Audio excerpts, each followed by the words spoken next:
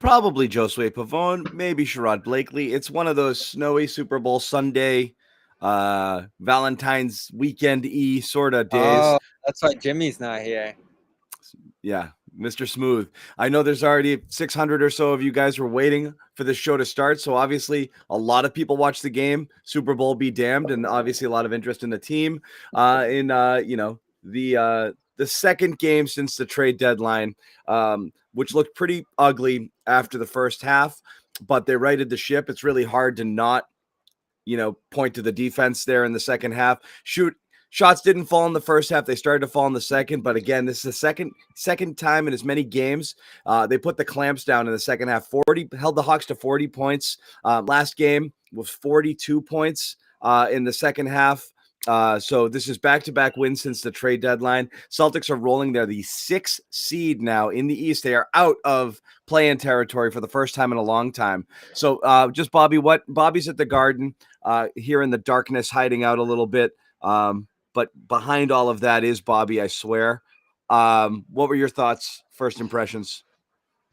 I'm super impressed by what they're doing in these second halves. Everything you mentioned right there. Yeah. They dropped off the amount of points that the Hawks scored, starting with 28, which wasn't even that bad in that awful first. It wasn't bad. Goes down to 27, 23, and then 17, edging out a team 18-17 in a fourth quarter like that. It's super impressive. It feels like, just scanning the Twitter lines here, that they're starting to catch some national attention, too, for what they're doing on that end. The closing lineup that they're able to put out there with the two good defensive guards, the two big wings, and Rob in the middle. It's stifling right now. And listen, they were awful offensively, I thought, in that fourth. They still were able to scrap out enough possessions on the defensive end to get this done. Rob around the net was super impressive. Tatum locking up Young on switches was phenomenal. This is a formula for winning right now, and they're doing it against really good teams. A big-time offense, 30 points from Young, 26, I believe it was, from Bogdanovich in this one. Jokic played at an MVP level in that game, and they're still disrupting these guys. Yeah, just again, I'm not going to buy. Yeah, and I don't want to draw it out every time, but again, they're catching some breaks along the way. Again, you're obviously playing a Denver team that's banged up. They haven't been without Murray all year. You miss Collins today, which certainly makes an impact and does make a change. But again, you play the teams in front of you. You're not gonna, Brooklyn had literally nobody. So it is what it is in that regard. But they're winning, these games, and it's 8 in a row now, 10 of 11. And again, it's still the defense. The thing is, and they're surviving it right now, which is good. You are worried, Bobby, against like a full team that's operating on all cylinders with a premium offense, if they can keep up. Because when you have shooting nights like this, again, they're able to overcome, again, the second straight really bad Jaylen Brown game. Derrick White, a honeymoon lasted a full game. He still did some nice things tonight, but he's 2 of 10 from three-point land. If this was his debut tonight, people would be like, wait a second, what? This guy, 10 friggin' three-point attempts, you'd be, there'd be an overreaction to that. And again, a lot of these were good looks, and some of them were late in the clock looks where there was nothing else you could do. So you're not going to bemoan the attempts, but you're going to look overall at the shooting of this team and say, that could be a problem. Again, though, when they put the clamps down on defense like they do here, the defense turns to offense. It solves a lot of problems, and they're able to get away with it. And, they really took control of the game late, but the shooting is still a thing that's going to worry you throughout. And there's really not a solution for it, because Ime's clearly not going into the bench. He's not going to Nesmith. He's not going to Hauser, and he's not playing Pritchard, premium minutes here. Yeah, Pritchard gets some opportunities to sneak in some shots there. He's still not hitting in these limited minutes, which is rough because they got to sneak it in anywhere they can. Yeah. Now, Brown can give it to you. Tatum, on a night like this, is enough, probably. That's the thing, is like when Tatum he was volcanic, that, yeah. Both ends. He finally broke out of that lull he's been in for a game and a half here and just looked like the best player on the court in the third quarter there. Going at Okongwu in particular, who gave him fits in that last game, was super impressive. Dunking on him to end that third quarter, shooting right over him to begin the fourth. Those were all big buckets from him. And when the Hawks really went on a run there in the second quarter, he kind of staggered it with a bunch of buckets in the second there too.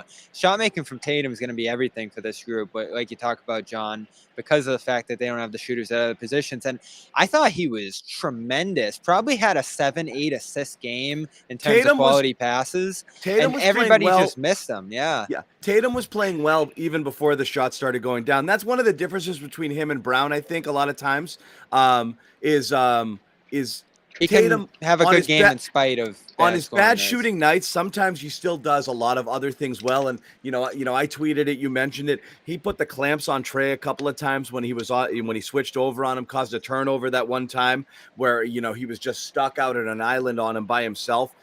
He made some great defensive plays, had a block.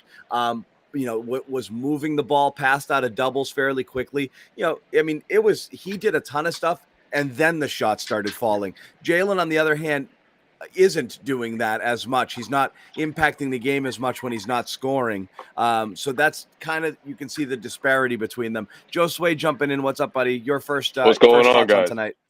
What's happening? Yeah, just to piggyback on what Bobby was saying. I mean, you can also talk about the way that I felt like just the second half in general. I mean, obviously the third quarter we made a difference, but in my opinion, it was also Tatum finding ways to be effective on the defensive end, being more active, where he doesn't go into that, I don't know, we used to call it pouty Tatum, whatever it was, where he's not getting his calls, he's not getting his way, the shots aren't falling. I think we've moved past that, and obviously that's a big difference for this team, because you're seeing that in my opinion, on the defensive end. And in the second half, it was just sort of like, let's just keep doing what we're doing, and the shots will fall, and that's what happened with Tatum. He didn't force the issue, he wasn't chucking up shots. He wasn't playing ISO ball. And I feel like the way this team is, the culture in it, just disallows that. It's almost the Celtics have almost reached a point where they'll feel very uncomfortable if someone tries to, start jacking up shots or try to, take matters into their own hands. And we haven't really seen much of that. And that's a good thing. Let me ask you this real quick. I put up this comment. There's a few people here saying it. I don't want to go there because every time I do, everyone's like, oh, can't we just enjoy the wins?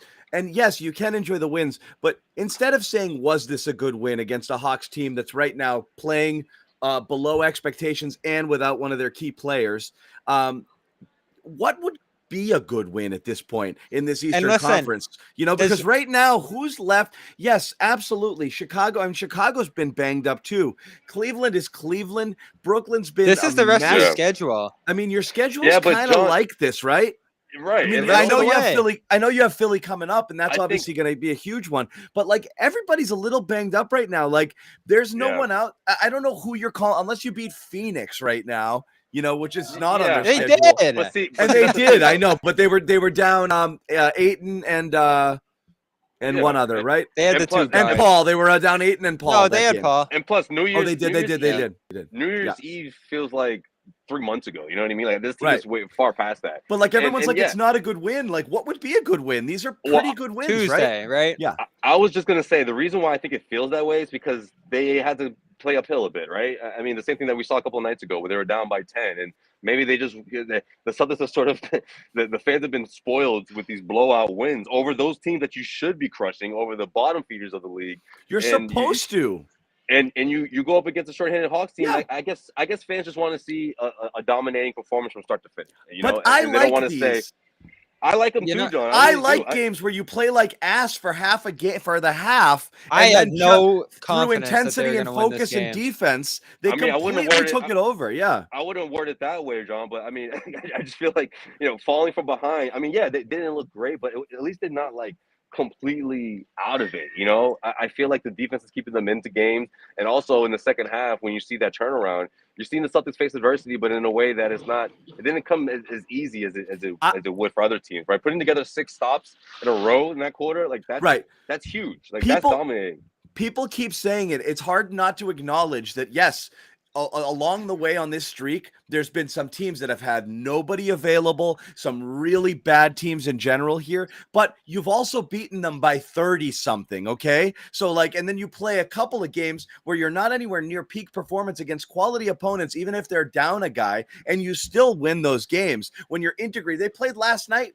I mean, they played 2 nights ago with like 7 guys. I mean, they're playing a short rotation. They haven't filled everything out. They're integrating people into their thing, and they're still winning these games without like what you would consider an A++ effort. I mean, I don't know what more you want necessarily at this point. These are good. I think these are good wins. These are great opponents, and look and these are good opponents. These are good wins. I know people kind of ask it, and we kick it around. Yeah. Versus the MVP and one of the MVP, Right. probably top 10 MVP candidates in Trae Young here. And you got good performance from both of them against you. They were tough to stop here. Early on in these games, those guys were giving you fits, scoring in buckets, scoring in, stretches there. And I just read this on the Twitter line here. The Hawks and Nuggets had top 4 offenses over the last 15 coming into these games. They were averaging 116 points a game between them. And the Celtics had both to 100, under 100 here. They outplayed the Celtics completely. So, yeah, for sure. Yeah, and this game was going like that, too. Go down double digits early. Great third quarter. The fourth quarter, everyone starts fumbling the ball at the beginning, but they got back on their feet. Would you believe I had faith the whole time, Bobby? I know you were down. I actually thought they were going to I even in the first half, I thought they were going to win this game. Oh, Bogdanovich was scoring so much. Young was pulling Rob, and the rebounding issues, I thought they were done in that second. I liked it. I don't think Atlanta. Gallinari disappeared. Like, where was he today? Like, he was a killer. He's for the a Celtics, shell of himself. Against the Celtics.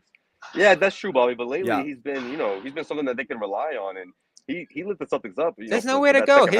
His game is finding a mismatch and shooting over guys.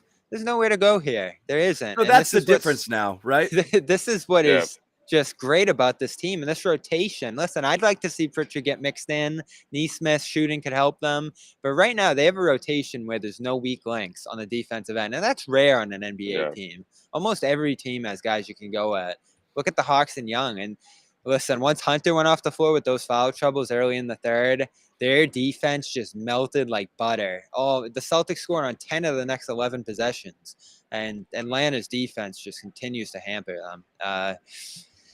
I don't like where that team's going. And I was stunned that they didn't make any moves at the deadline. So here's the thing when you talk about the schedule, John, and the week stretch coming up here. They played tough games early in the year. They played a lot of road games, tough opponents through that streak. Now they're on the other side of that. They're going to be playing like maybe 4 or 5 tough teams the rest of the schedule. And you talk about injuries, guys sitting down with some pain. That's normal for this part of the year. So they're going to win so many games through the end of the year here. I've said this, and I know Josue feels this way too. They're going to be a home court team in the East. They are. Like, the schedule is just so easy. Other teams have brutal stretches to close the year. Miami, I know in particular. They're going to sneak past one of these teams here in the top half. And that sets you up with a home court first round series, a weaker opponent. I know it's weird this year with like Atlanta and Brooklyn being on the bottom half, but this is setting up well for them here. The schedule makes a difference. You have Brooklyn coming up twice. I don't know what's happening in terms of who's going to be playing, but you have 2 games. One of them's up. A Brooklyn game with no Irvin. One of them's a no Kyrie game, obviously, on Thursday. Bobby will be down at that one. And then you do have Atlanta again coming up. You've got Memphis. You do have Brooklyn here. So that's going to be a Kyrie game, assuming, he doesn't chicken out. Charlotte. You do have Golden State. You have another with Denver, Utah, Miami. There are a few on the schedule. That West Coast. You don't know what's going to happen, but the last 3 games, if those teams are playing for anything, is a real murderer's row. Those last 3 games, Memphis, Milwaukee, and I forget who. Chicago, I believe. Chicago. That's a tough one. So that's a couple tough ones. So there are some on here. You're going to see a couple of games here where you're going to be like, all right, full strength versus full strength to get a better sense of stuff. But I mean, you're Philly on Tuesday. So, you're going to feel good no matter what, Philly's had your number. It's a brutal matchup for them now. Yeah. It's a tough matchup. What's the Harden situation? He's playing, I believe. So it's Harden's expected to be his debut. And what about Simmons? Expected. And Simmons, I haven't heard anything. It hasn't been clear, but obviously he's under after everything he's been through this season. I wouldn't be surprised if they give him a bit more time here. But I don't think he'll play until after the break. But that game is after the break. I would guess. Well, that's the thing, Bobby. Yeah, I was going to say that one's after the break, but I would guess maybe depending on how those days go during the break, it's going to really be up to him. Have you heard anything on that, John? I haven't heard a thing about Simmons. Nothing, when he's not playing. a thing. Nothing. Yeah, that's very strange. Yeah. I don't know. I'm interested to see, what kind of juice, they'll have when, what kind of juice Harden's going to have after last we saw him, just kind of walking around on the court during that West Coast trip. Listen, I But see the chat Oh, he's gonna freaking go out. off. I think he goes off. You guys don't think so? I think he's gonna be one of those. I think he's like, going to go off. Yeah. Oh, I'll yeah. show you guys. I'll show you guys. This thing's gonna work out, and Philly's gonna You love see it. the defiant photo him and Maury posted on the runway? Man, no, that if they dropped the mixtape, that would be the cover. Like that would they were Yeah. just stunting. That's Maury being like, look, Listen, checkmate, everybody. A lot of apologies are due to Maury for sure. I think everyone was ripping him after a certain point with the Simmons situation there. I said hold out.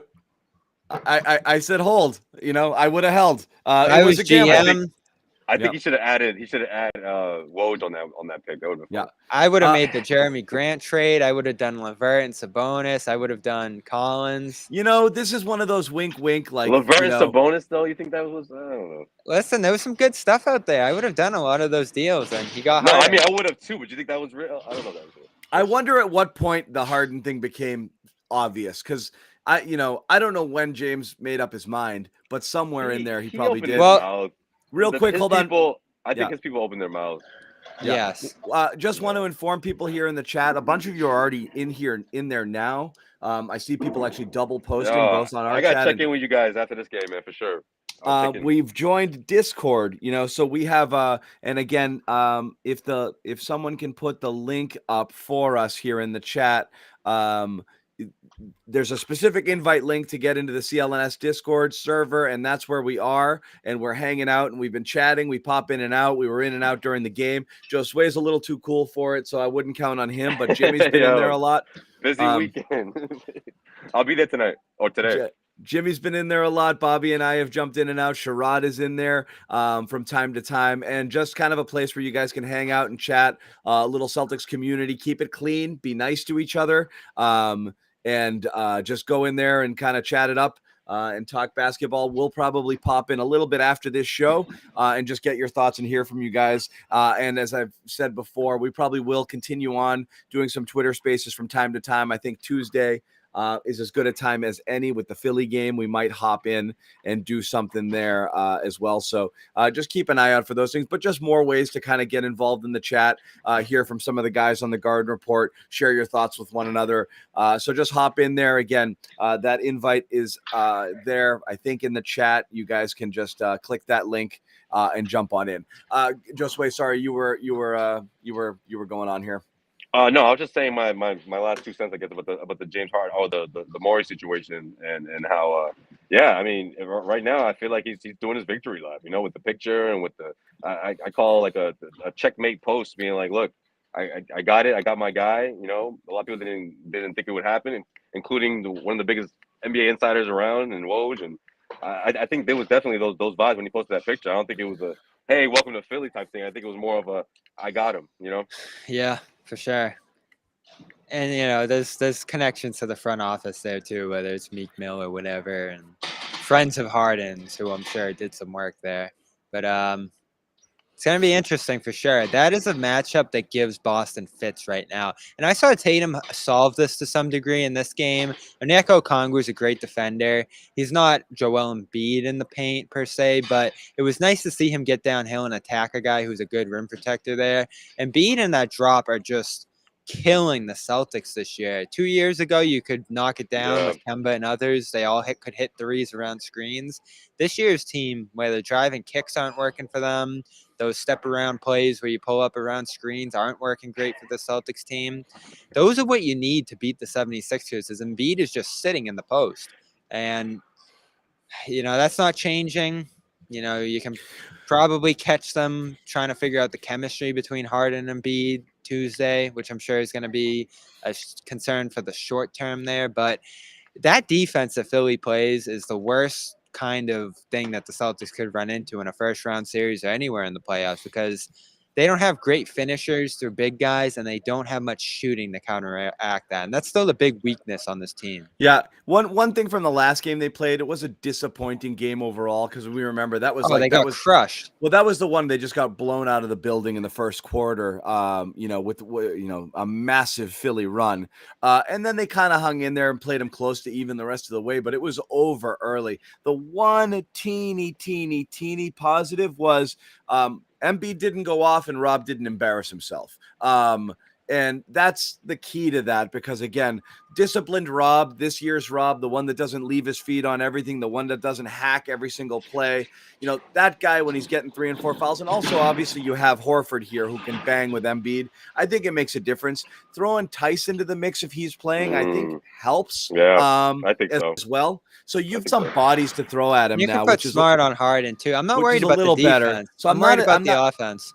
Yeah, I am too. Obviously, and they've got guys who can kind of lock you up there. So, I mean, the offense, the Celtics, the Knicks, the Sixers defense takes a massive hit with Harden in there, playing 30 plus minutes a game. So that changes the overall complexion of what they're able to do defensively. It does too, because they're not going to switch a lot. So they're not going to switch, right? And so you've got. Now you can hunt some matchups there. You can try to get him in the pick and roll, do whatever. It's not the same. Obviously, Simmons didn't play all year, but that Simmons, Tybal, Embiid sort of lineup, like, oh my goodness, that's defensively, that's a freaking nightmare. But now it's a different team. It's going to take on kind of a different identity with Harden. You know what else too? I think I'm curious to see how that goes for the Celtics. I think it forces Philly to play defense at a higher level, right? At the end of the day, whether you're talking about Harden and trying to keep up and switches, they don't have Thybulle in there in the mix anymore. Offensively, you don't have that knockdown 3-point guy you can chuck the ball at. Seth Curry, who's been phenomenal this year. Well, I just said phenomenal. I never said phenomenal. Look what you guys are doing to me.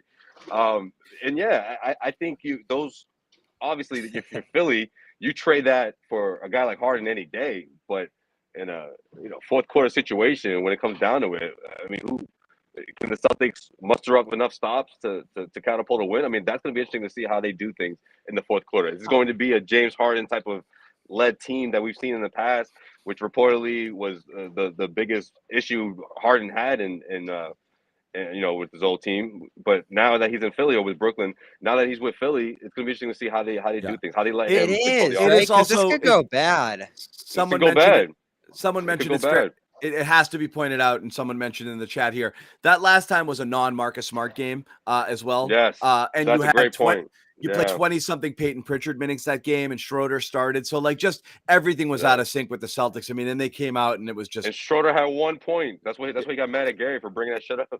It was over early in that one. Yeah. And it was that was a really bad game. It was Schroeder's 1-point game. And what's funny is that was Schroeder's only bad game in a 5 or 6 game stretch. Came back, bounced back the next game. Gary asked the question in the post game, why have you been inconsistent? He's like, flipped out. It's like, man. But yes, 1 point from your starting point guard. Philly? No Smart. Yeah, that was a rough one. That was a rough one for him. Yeah, it was a brutal game.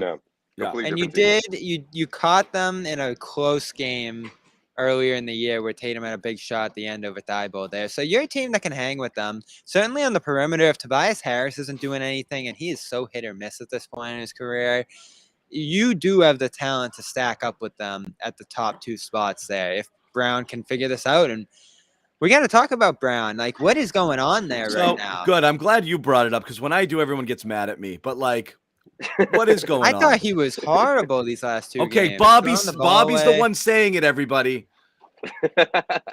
Yeah, he's horrible. He's out of sync. Yeah, I think so. He bails on the ball so quick when he's in those catch and quick decision situations now, and he is talking right now in a presser. It's been tricky. He started spazzy, right? He started all over the place, loose, back-to-back possessions with the turnovers. And then I thought kind of checked himself a little bit and then didn't do a lot at all because I think he noticed he was out of sorts and it just never got it going. Never. No, and I don't know what you're seeing, Josue, because there were there was a good run from him on the ball where he was starting to make plays a little bit when other guys were out. It was mixed, but he was doing some good things there. Then when he got off the ball, he was moving around some screens and they were getting him some good like catch and drive opportunities. Now, like I feel like it's a mix of like corner Jalen and too frantic, quick decision Jalen in those spots, which is tough because this is where he has succeeded in the past, and now he looks like a mess in that area too. Just the easiest thing to point out, it's literally been the Jalen.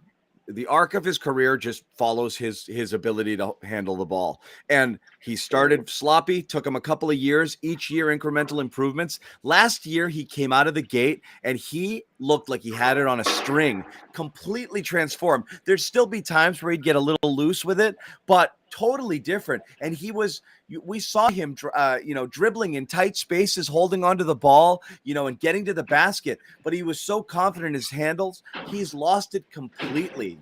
He's gone back 3 years in this regard, and that's what's killing him right now. And without that confidence, I think he loses all of his confidence offensively because it's not even dribbles though; it's decision making. Like it's trying both. To get the ball but out I mean, of the backcourt there. 4 times tonight at least. He did that old Jalen thing where he drives somewhere with no idea what's going to happen, jumps, looks around, and just throws it back out to the 3-point line. Do you remember that play late in the Nuggets once game was too? A turnover. I think a couple of times it found other people, but he's been doing that a ton lately. It's like 50-50 when he does that, though, John. Yeah. Every time he goes up, he's like, I can jump high, so I'm going to jump as high as possible, look around and see if I can find somebody. Right. Yeah. Right.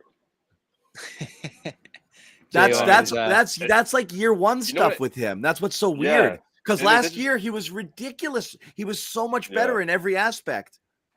I think it was more in the open space last year, though, John. Right? I think that's the difference. I mean, in transition, when he has the open floor, he was doing it in half court too, Josue. He was doing everything last year.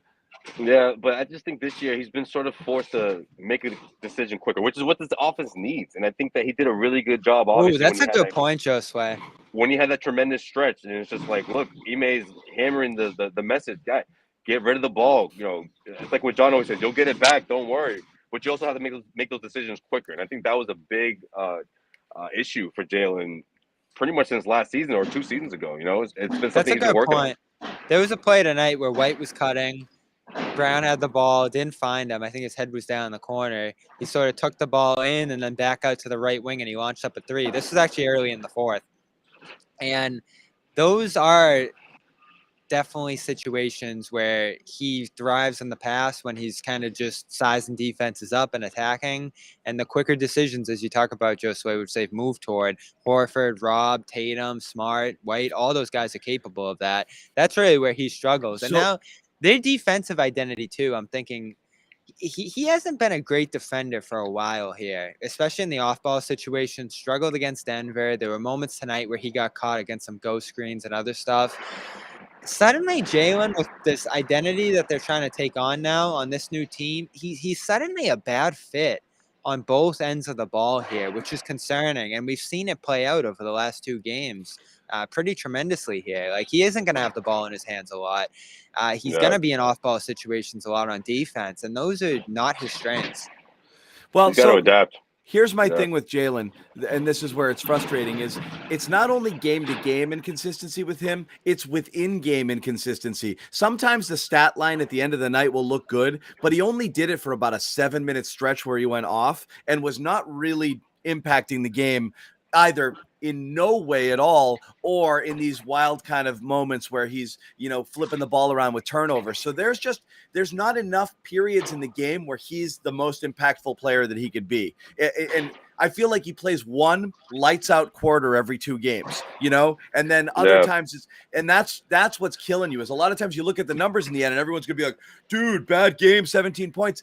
What did Jalen Brown do? How many things did Jalen Brown do tonight that you're like, wow, that was enormous? Like a couple for sure. I don't know where he fits in. So I don't know what's happening now because, it's like, I don't know. It's odd. It's an odd thing because there are times he disappears and doesn't touch the ball when Tatum's going off or whatever. And then there's other times he tries to force the issue and gets sloppy with it. Now they're And- playing with pace. And then That's there's times the where he literally just goes, he gets hot and goes. But you can't complain with the overall style of play of the team. It's a 28 assist night. You know, every time they're up over 22, 23 assists, their record is outstanding. You know, on the whole, his shot started falling a little bit better in the second half than it was in the first. It was enough. It's just you look at him and you want him up here. Yeah. I guess the pace is the area Yeah. that they've played at that he fits pretty well into here. I see the chat freaking out about what I just said there, but Which I'm not was saying what? he can't. I said Yeah, he's they're making a it sound bad. like you're like, oh, you got to get rid of Jalen now. This ain't gonna Yeah, work. no, that's not what I'm saying. No, I'm Bobby saying, loves Jalen. Guys, relax. Everybody relax. Now, he's held to a higher standard because everyone Yeah. wants him to be like Tatum, like 1-1A. He's held to an extremely high standard. It's not a bad thing to say he needs to be a little better. It doesn't mean he's bad. I'm not saying that he's a bad fit on the Celtics. I'm saying he's a bad fit with what they're trying to do on both ends of the floor right now. A lot of off-ball defensive situations he's put in. On the offensive end, it's quick decisions right now. Everybody's moving the ball on a dime right there. And when he catches the ball in off-ball situations, he's got to know whether to attack or whether to move it to the right spaces there. And right now, you're seeing him turn the ball over. You're seeing him not create quality shots. Look at the shots he took early in the fourth. They were terrible. That forced jumper from the elbow, the drive in the traffic where he just got pummeled there and they lost the ball. It didn't hurt them tonight, but that easily could have set the table for a pretty bad fourth quarter. I'm so happy it's Bobby doing this and not me right now. Hey, I'm just saying what I watched. I'm just saying what I watched these last two games here. Yeah, someone tweeted at me. It's like what Josue says, blinder Jalen. I'm like, hey, he's doing that right now. He's got blinders on a bit offensively, I think. I'm But sorry, everybody. he's just Jalen's gonna- played great these last two games. Bobby, But he'll welcome to my life, He'll okay? adapt. Yeah. Yeah, I don't think the sky's falling, but I don't think that's what Bobby is saying either. So I don't think people get what this show is. We talk about what happened right before we got on here. There's no agenda. Jalen's my favorite Celtic. He is. Especially Al. That jersey's going to be coming down soon. Bobby's going right across the street, grabbing a Brown yeah. jersey, pinning it up over the top of Al, and that's it. What Yeah, did why I you gotta wrote- take Al down? Leave Al up there. He's been up there since before. He was still in Philly when you put that up there, man. I wrote you can never trade Brown earlier in the season. That was my ship here. I'm just keeping it real on what's I going on predicted he here. was going to pass Tatum as the alpha this year. That was my You did say preseason that. prediction was Tatum, did say by that. the end of this year, Brown will be considered the alpha dog on this team. So everybody cool it, man. The guy was brutal past couple of games. We're just talking about it. But yeah, so your Derrick White impressions tonight, I know he didn't shoot well. Oh, but, man. But you like what did you like what else you saw? Yeah, I did. I mean, everyone's, or at least most people, were concerned about the 3-point touch. He's been pretty good in these first two outings. But again, this is a completely different situation than what he had in San Antonio. But I thought that sort of helped the Celtics a bit in that first half when they were completely ice cold from back there. You know, I think he was the only one scoring threes until I want to say Tatum finally made one. He started 2 4. of 4, and then he missed his next 6. And then he missed his next 6. He made the first else 2, started the heating only up. 2 they made at that point, Josue, right? Yeah. The only 2, and then Tatum made 1. You know, he started to feel it a little bit, and then in the third quarter, he went nuts. So I just think overall, what he means on both ends, I mean, he had a great stop towards the end. I think them limiting Trae Young towards the end was huge. I said to Bobby, I'm like, man, this team we're about 2 Trae Young threes away from this thing being tied up. And I think Ime sensed that, called timeout, regrouped, and I thought that was a great call. They did a good job of stopping him at the rim as well, taking away the 3-point arc. I think he's a big part of that, and I think we'll get used to seeing him a lot towards the end of the games. I think that's when we'll really be talking about him. You know, I mean, almost like the way we talk about Smart, what he does at the end of the game. I think So White were they could be gonna? that guy as well. Hold on, Bobby. White could be that guy as well. And then also in the first half, I think White is a great weapon on both ends to help that second unit. And I also think we're going to see Jalen and Tatum, one of those guys out here, you know, 90%, 95% of the game. I think you keep one of those guys in with the second unit. And I think White's your guy to sort of lead that and sort of hold the fort down while the starters are getting their rest. So my question is, were they gonna close with Grant there before him and Rob just started fumbling the ball everywhere? I and they went thought back to so. White? I thought Yeah. so. That would have been my question post I was game. just about Yeah. to ask about. I was just about to tweet like it looks like Grant is closing did this one too. out instead of White. And then he came in right after that. Yeah. Yeah, they swapped them there when It looked like it was getting away. They got down to 6. They threw away. They blew a couple possessions there, and yeah, maybe they just wanted a little bit more control. Yeah, that was my But those, big the lineups that have struggled again, going back to it, when they sub out Tatum and Jalen as the alpha scorer there, those lineups have been the ones where you could see Jalen's like, all right, it's my job now to take over. And that's where things have gotten out of sync. It's where their offense stalls, where they get into ISO a little bit. That's what I noticed tonight. It happened on a couple of occasions. And when they're ice cold and they're down by double digits, I think that's when he hits the Payton Pritchard button. I thought he tried to get in there and what was it, 0 for 2 or so? I mean, you take what you can get from Pritchard at that point, but I think he leaned on him a bit there to see if he can make a 3 or 2 and just sort of get things going. I'm afraid I have news for you, Bobby. There's a reason Payton Pritchard hasn't played this year. There's a reason Payton Pritchard's probably not going to be better. It's probably because Payton Pritchard's not that good. And it just is what it is. Like, I just think he's one of those guys where he might get hot one time and he'll hit a bunch of shots. I just don't think he's a guy you're going to rely on for real rotation. Well, he played minutes. a lot last year, and he was better. Yeah, he was 6th in the league at his volume in catch and shoot percentage. So he was up there with the Seth Currys and the guys like that last year, Joe Harris's and all those guys shooting like 43% in catch and shoot threes. And it wasn't like 20, it was like 150, 170, something like that. So that's got to come back for him. That's his role right now. He's an off guard in those bench rotations. He's going to play every night. He's got to be better there. But as far as White goes, still quick decisions, still playing well out of the corners, second level drives. That play right before half where Tatum found him and he got downhill and hit Rob with the lob there. That's the kind of stuff he's best at. Yeah, that was great.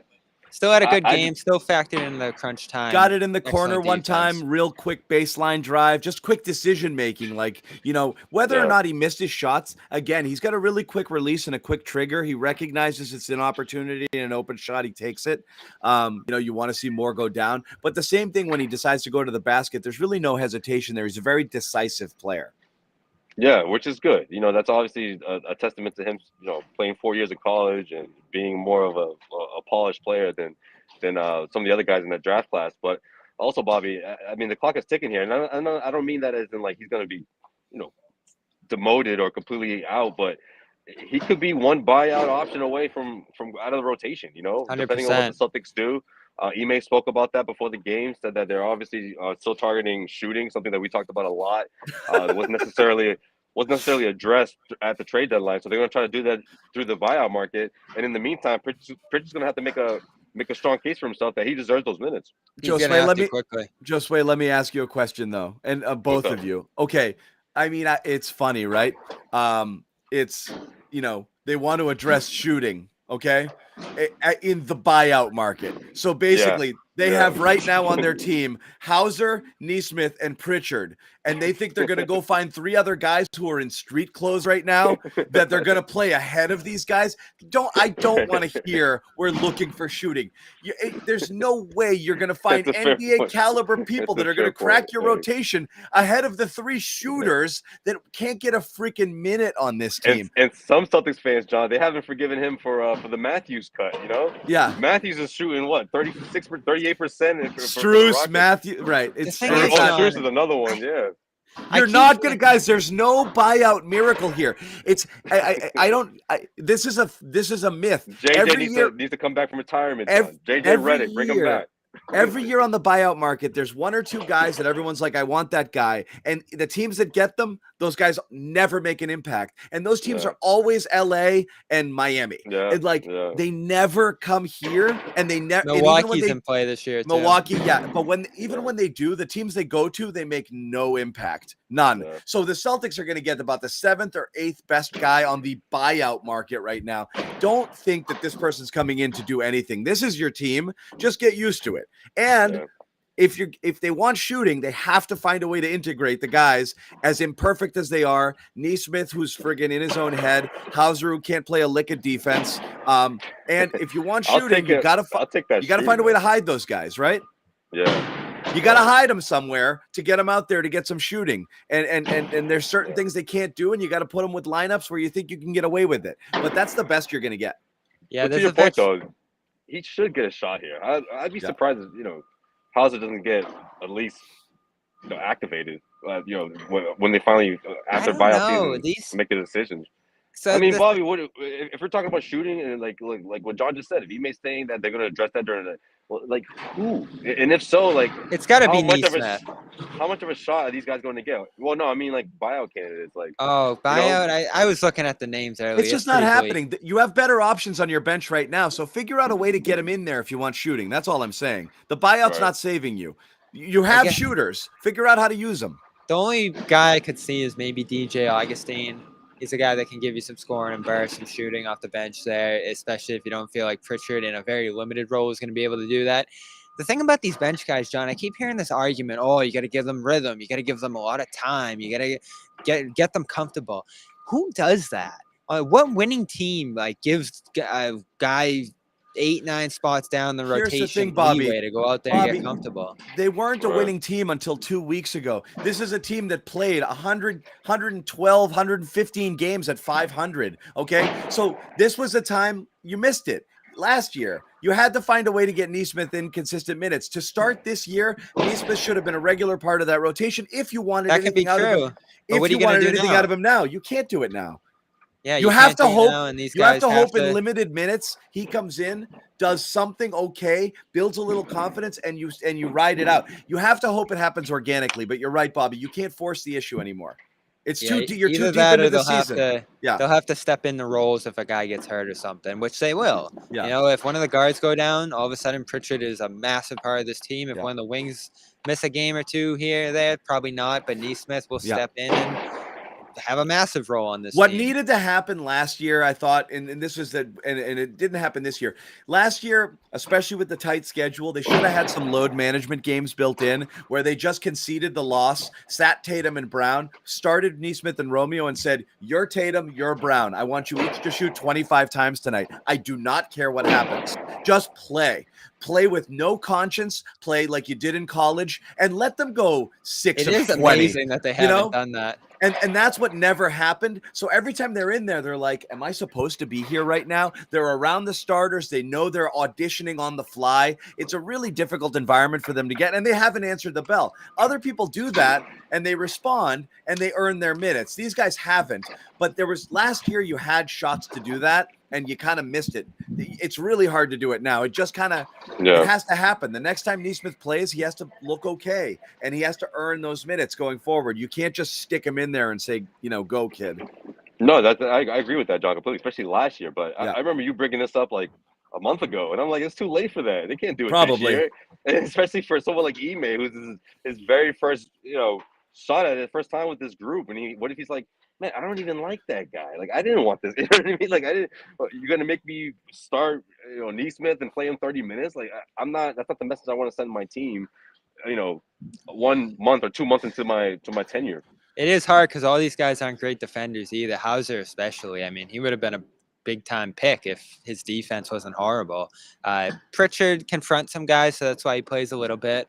And Neesmith's still a mess on that end. So the problem is you're going to need these guys in 5 to 10 minutes to come in and hit the 2 to 3 looks that they're going to get, because there isn't, with the style that they're trying to play, Josue, and how they're going to aim to win here, the identity that they form per se, none of those guys fit it. So there isn't a case to play them 15, 20 minutes unless a guy's down. And that's the scary part too here, John. This sustainability of this, if they lose any single guy in the top 7 right now, the 7-man rotation that they're playing, they're screwed. They don't have the depth. None of the guys on the bench have the rhythm to step in the roles, and they haven't developed anything down there. Not to mention the fact that there's no great veteran help coming in from the buyout markers we talked about there. So barring anything insignificant here, they are going to have to grind out games with no shooting, win on the defensive end, play perfect defense every night, and no one can get hurt. And they can't use this excuse. They can't. Oh, we got hurt. Oh, we missed shots. Because they lined up their roster to do this year now. They knew they weren't going to have any shooting past the deadline. They knew that they had no depth if guys get hurt. So that can't be an excuse if any of that stuff happens. Yeah, you don't have a lot of options here. So, you're rolling with what you have. Teisel helps some. Because he can shoot a little bit. Yeah, I mean, it's been down since he left the Celtics. He's been in the low 30s. He's not really that stretch guy. He's kind of an Al redundancy in that department. If Like he's shooting 7 threes, it could get ugly. he's willing to take them. He's just not knocking them down. But again, He'll help them in Philly if he plays. he'll help them because he's athletic. Yeah. And he can, he's another body. And he can knock down some mid-range. He can grab some boards. He can play some defense. I think he'll be all right. He can foul. He's going to some foul. double big with him. He can foul. He's an elite fouler. He'll be back in that double big mold. I'm almost certain we're going to see some of that. Yeah, I mean, there's no choice. No choice because, again, you've got you have an 8-man rotation and 4 of them are bigs. Yeah. So, I mean, it's impossible. You're going to get a lot of it. Let's see if Tristan gets cut loose. He'll be back here. Don't do that. Yeah, right. Don't do that. Anyway, again, these are problems that they haven't reared their heads yet because they're playing healthy. They've been healthy. The tight rotation is working right now. And Derrick White is bringing consistency, and the defense is elite. All of these things are like a bunch of boxes checked. You're going to stay in every game as long as it's going like this. We're talking about what happens if they go down, what happens, if shots aren't falling, and where do you go there? And again, there's just nothing there past 8, on the team. Yeah, but I think that's it though. Yeah, it is exciting. I mean, obviously seeing them win. It's a puncher's chance now, right? Yeah. Well, yeah, but you also the backbone of this team is going to be the defense and giving themselves that chance. And also you have those 2 all-stars in Tatum and Brown. So I think that Ime and Brad are like, look, let's roll the dice on this and see what happens. I mean, I don't think they envisioned that the team would be at where they were at the trade deadline, but they did their best in reshaping this roster to help fit their needs, and that's between Tatum and Brown. Like I've said, this is different. I don't think we've seen anything like what they're trying to do here in recent history. And it looks like they're going to be able to do something with it if all goes right. And they didn't have any way to get into contention this year other than doing what they did here. So I think it's a cool approach. It's unique. And it's all you got right now after the disasters of the last few years and all the talent you've lost. You've given yourself a path to not only have an identity, which we've seen teams like Memphis do in the past that can put you in the picture. This isn't a championship team here, but you do have that high-end talent that makes it a little bit different there, as Josue just talked about. So that's going to be interesting. I think the other thing that's fun about this is that if there is a mishap here and someone goes down or someone has to miss some games, that's all of a sudden like a last-ditch chance for Pritchard and Nesmith, which I wrote about at Celtics blog today. This is it for these guys. Like, this is really their last shot. They got a chance with Richardson, Schroeder, Langford, all those guys getting ripped down in front of them. So it's make or break for them here, and you'll get to make decisions on them in the offseason as well once you start to build next year's team. So everything lines up for this to be the perfect placeholder team and to build some good vibes. I mean, they got a standing ovation walking off the court tonight. When was the last time that happened? Who knows? Probably 2020.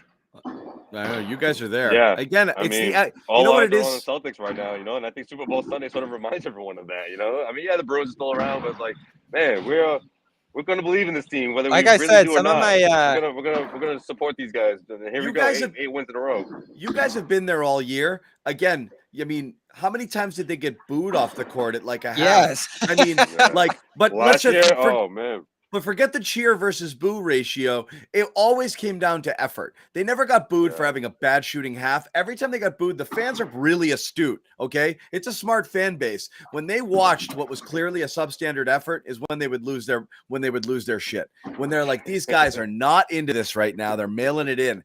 Right now, they're applauding effort. It's pretty consistent right now, and it has been. They are playing very hard. Yeah. Yeah. And that's what people running, like.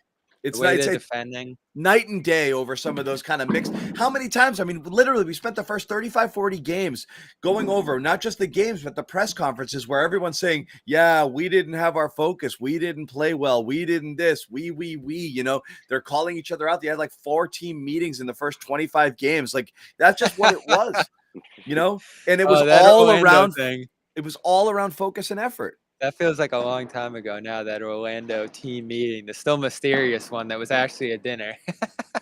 Yeah, right. But yeah, it's good to have a team again. It is. It's better, but again, it's not so long ago where this was like, this chat was all trade this guy, fire this New guy, I'm York. done with this guy, and now everyone's like, how dare you say something bad about any of them? I hate you, like The next game. everyone's flipped a switch here. Yeah, that what next happens, game though. was rock bottom. That's what They're happens. back on their feet. That's They what are. happens. I mean, we have receipts. Plenty of you guys here were like, go back I and hate forth. everyone. Tatum's got to go. Brown's got to go, Even There was that a lot of Portland it. game. Pick Portland one game and they trade blew. the rest of them, all right? Just pick one and trade everyone else. That was a lot of Yeah. you. Yeah. That was around Christmas, especially. All don't, right. don't listen to the chat. We're lunatics. We are let's do like 2 seconds on the Super Bowl. Just because No. I'm interested. No. No, I'm good. Does anybody Well, in the what chat do you have? What do you have? And we'll react to what you said. on a scale of 1 to 10, guys, on the Super Bowl? Or how deeply do you care? Rank this versus this might be my lowest. Like, People aren't excited. I Yeah. may care less about this game than anyone I can remember in the last 10, 15 years. But then again, the Patriots were in half of them, so Yeah, obviously. that's true. But anybody here? Yeah. No, this is the first time where I'm legit more excited about the halftime show than the actual game. I'm that guy this year. The halftime show is interesting for Right sure. now, it's 0-2-1-1-0-0 in the chat. 8. Joey Burrow. Someone goes, It's a good football matchup, though. It is. It's going to be a good -6. game. Yeah. It's just not the storylines, the star quarterbacks, the marquee franchises. I think it's going to be a blowout. You think so? All right. That's what I was looking for there. I don't. But I don't have a good feel for what's going to happen either. So I was just trying to see what you guys have on deck there. Trags is there. We got Trags there. CLNS is at the Super Bowl. We have Mike Petralia there. He was covering a lot of Patriots angles throughout the week. But he's covering the game here and he's reporting on it. So that's and I'm off to Philly tomorrow afternoon. Yeah. And off to we'll Philly. be, So we do have Philly. So, okay, who is bullish about this Philly game? The chat's been kind of all over the place. I like it because I like, generally speaking, just the way the Celtics are playing, just in terms of like a effort and a defense standpoint. And I do think Harden's going to be interesting for Philly to integrate there. So oh, sorry, I just lost one. So I'm not going to predict a win, but I'm not worried about this game. I think the Celtics are going in there. I'm not at all thinking what happened last time as far as this game goes.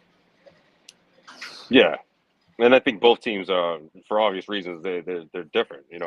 To what we saw the last matchup, and they got a lot to play for. I think, honestly, I think both teams do. Well, especially Philly. I think Philly is sort of the revamped version of themselves. They're going to come out with a lot of energy, of course, a lot of effort. But I also think that the Celtics, it's going to be a hell of a night. This is their. When's the last time they faced a team of this caliber? I mean, it's been a while. So Philly giving themselves a chance to win a championship here with the move they made. That crowd's going to be nuts. Yeah. Embiid is playing out of his mind. He's about to grab that MVP award, in my opinion. So you might catch him off here. You might catch him off on the first game together. It's awkward. They don't really know how to play with each other there. I'm sure they haven't practiced together at all. You might catch him off, and you're playing really well and connected right now. So there's a chance. You definitely keep it close. I don't think 76ers are going to smash them, but it is a tough matchup. All those jumpers you're jacking against how they play defense are going to add up there. And I do see Philly probably just edging them out there. We need a Jalen game. Yeah, for sure. He's the guy who cracks open the defense, right? And I'll give Jalen this still. We need a Jalen game. On an inefficient offense, on a team where you just don't give an F if you shoot 35%, he's a perfect guy for just putting his head down. Maybe he'll turn it over a few times, but he's going to put up 30, 35 that you need there. And he has been good at that this year. Jalen's got to start shooting a lot more. How many did he shoot in this one? It was just like 16, right? I like when he's up at like 20, 25. 6 or 16. Even that 30 game that he had in the playoffs way back when. I know you guys lost your mind. I was like, I love this. I love when he's aggressive. I love when he's assertive. And that, when he starts seeing it go in the net too, that kind of limits some of the mistakes and the indecisiveness that he has there. He's going to kind of be free to score. I know Ime wants to build him up as a playmaker and make quick decisions, all that stuff. He's this team scorer. He really is. So he's gonna embrace that.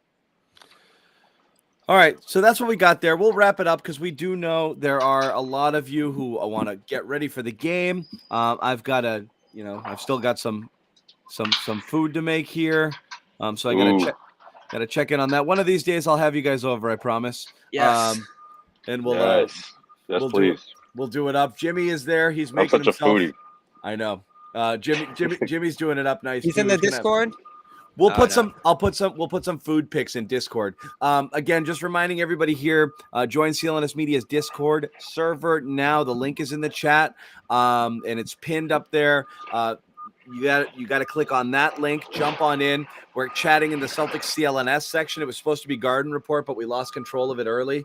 And that's where people are right now. There's a bunch of people already in there hanging out, chatting. Couple of us will hop over in there and talk about the game. The chat's already going in there. Bobby memes, they're always welcome. Basically, Discord's like 75% Bobby memes right now, which is fine. Keep them coming. A new hat has been added to the collection. I know people are interested in that. We do have a new hat. Yeah. And that's about it. Again, thanks for hanging. You can tell just basically based on the audience size, people are definitely starting to kind of get into this a little bit. I think obviously the interest leading up to the trade deadline, the fact that they did something and the way they've been playing, people are starting to dig it, starting to, expectations are starting to change. So Tuesday's a huge one.